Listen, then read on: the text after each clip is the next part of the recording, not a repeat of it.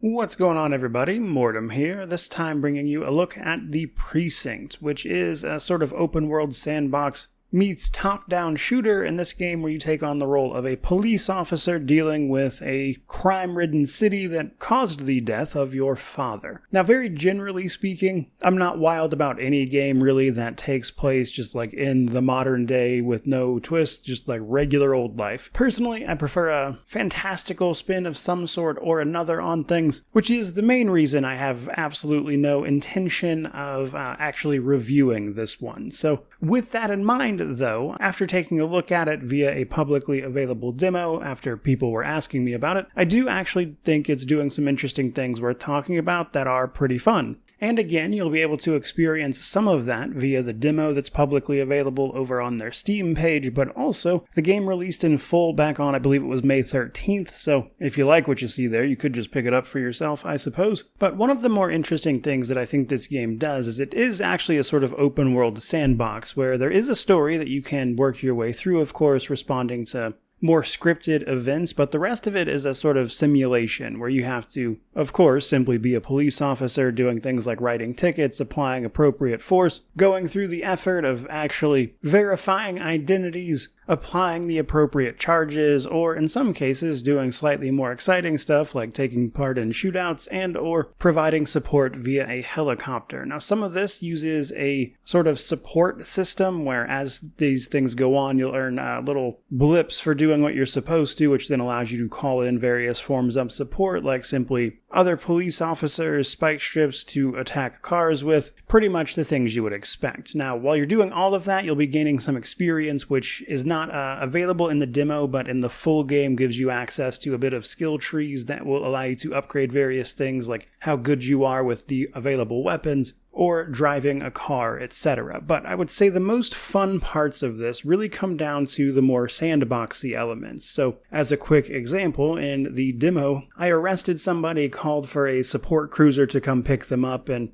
take them back to the precinct, only for that police car that I pulled in to run over and murder a pedestrian on their way to pick up the criminal I had arrested, which led to a whole thing. But right as that was happening, the story continued on without me, and I had to go chase down another suspect. And there's a lot of things like that that can happen where this sort of dynamic systems meet what you're actually supposed to do, and results in some funny outcomes that I think are, at the very least, novel. While you're dealing with all of that, though, as I mentioned, there is actually a story running in the background. Specifically, we are the son of the former police chief who was murdered on the job, and our sort of goal here is to, of course, track down what actually happened, which relates back to the rampant gang activity going on in Averno City here. Probably worth a mention that this takes place in 1983 as well, and probably goes without saying that it's inspired by a lot of classic cop movies. But in order to get at those gangs who are responsible for this, we obviously have to put in some work, which is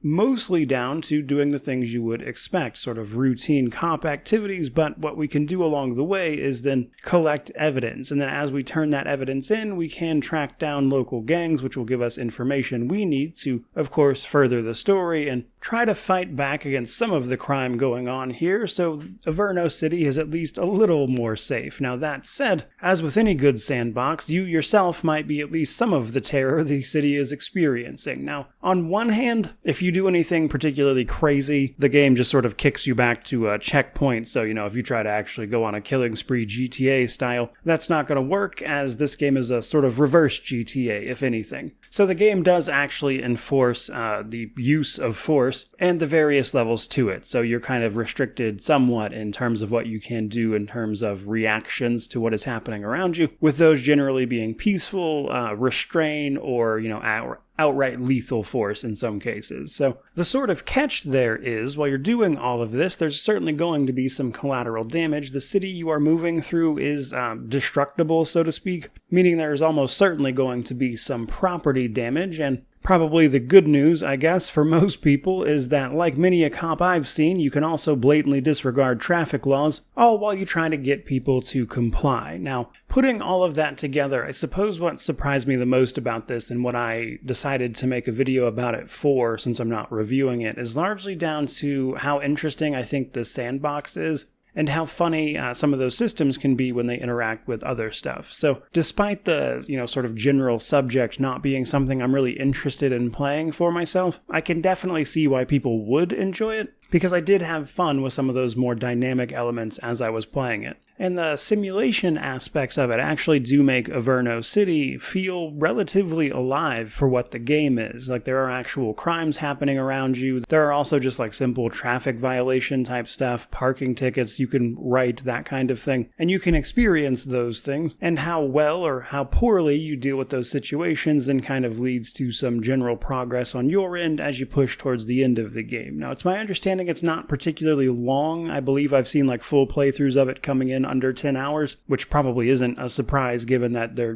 just generally doesn't seem to be that much variation to the gameplay, as you're mostly just stopping crimes and the rest of it coming from those dynamic systems. So altogether, I would say just from playing this demo, it is better than I expected it to be, and I think it would be a fair bit of fun if this kind of thing is what you're after. Personally, though, again, I prefer my games a little more fantastical. Simulator type stuff just really isn't for me most of the time. But even then, I think they did some cool stuff with the systems. And with that said, that's as good a place as any to wrap it up. So hopefully you enjoyed all that. If you did, don't forget to like, comment, subscribe, all that YouTube jazz. Let me know how you feel about this one down below. But regardless of any of that, truly, just thank you so much for watching. I really do appreciate it. May you wander in wisdom and have an amazing day.